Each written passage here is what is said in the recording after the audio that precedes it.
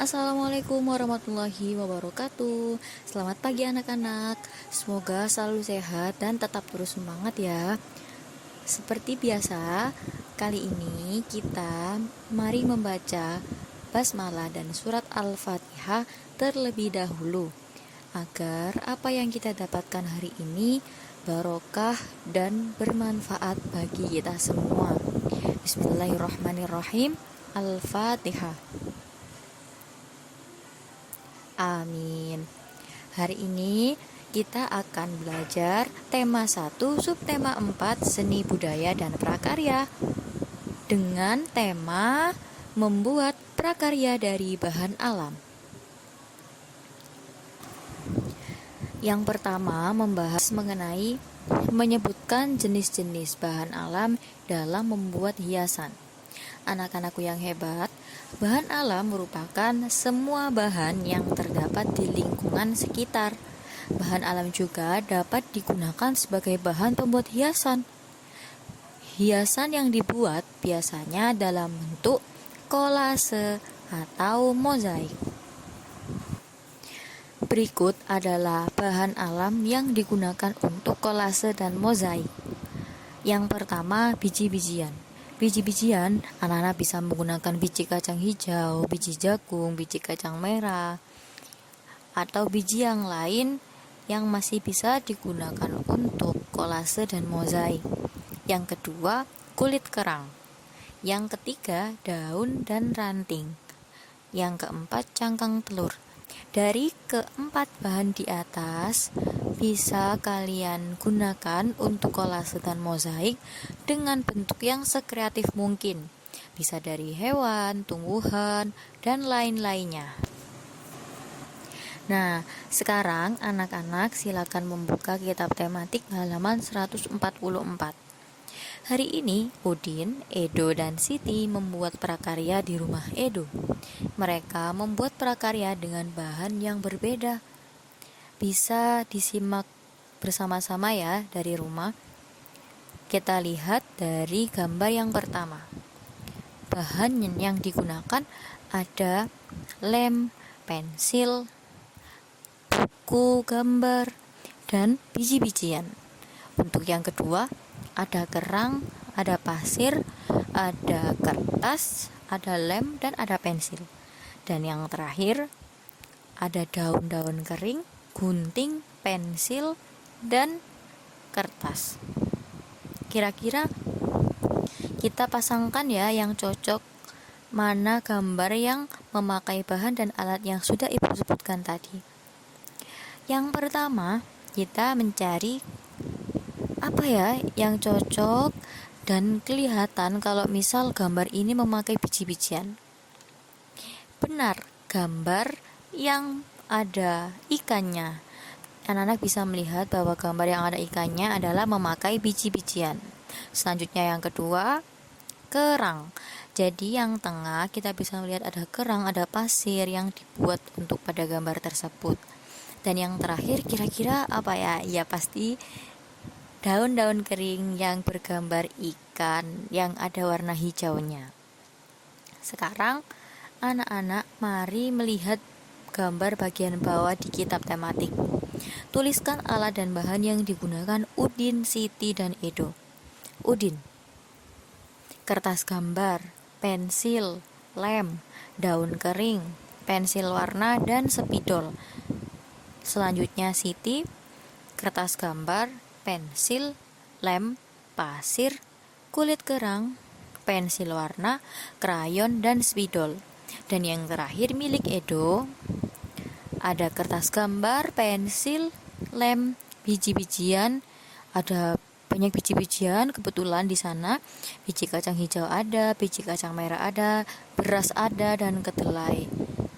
Jadi anak-anak sekarang sudah bisa ya membedakan mana gambar yang menggunakan daun kering, mana gambar yang menggunakan kulit kerang, dan mana gambar yang menggunakan biji-bijian untuk gambar kolase. Di sini Budia ada contoh dari biji-bijian.